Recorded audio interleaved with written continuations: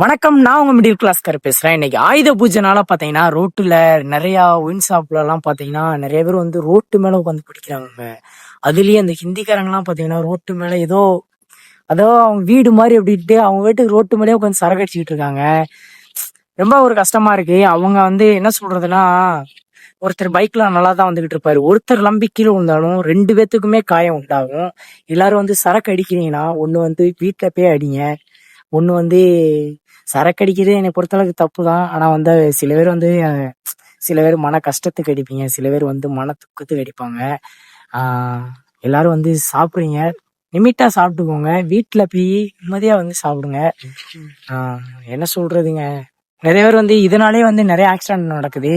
அதனால வந்து எல்லாரும் ஹெல்மெட் போட்டு ஓட்டுங்க. நம்ம ஹெல்மெட் போட்டனாலதான் மட்டும்தான் அன்னைக்கு அடிப்பட்டது நம்ம ஹெல்மெட் வரைக்கும் உடஞ்சிருக்குங்க. அதோட சாம்பிள் வீடியோ கூட கீழே போடுறேன். ரொம்ப உடஞ்சி கிழிஞ்சு கிடந்துச்சு. நான் ஒரு அனுபவப்பட்டனால வந்து உங்கள்கிட்ட சொல்றேன். பிடிச்சிச்சுன்னா எடுத்துக்கோங்க, பிடிக்கலன்னா தூர போட்டுக்கோங்க. பாய்ங்க.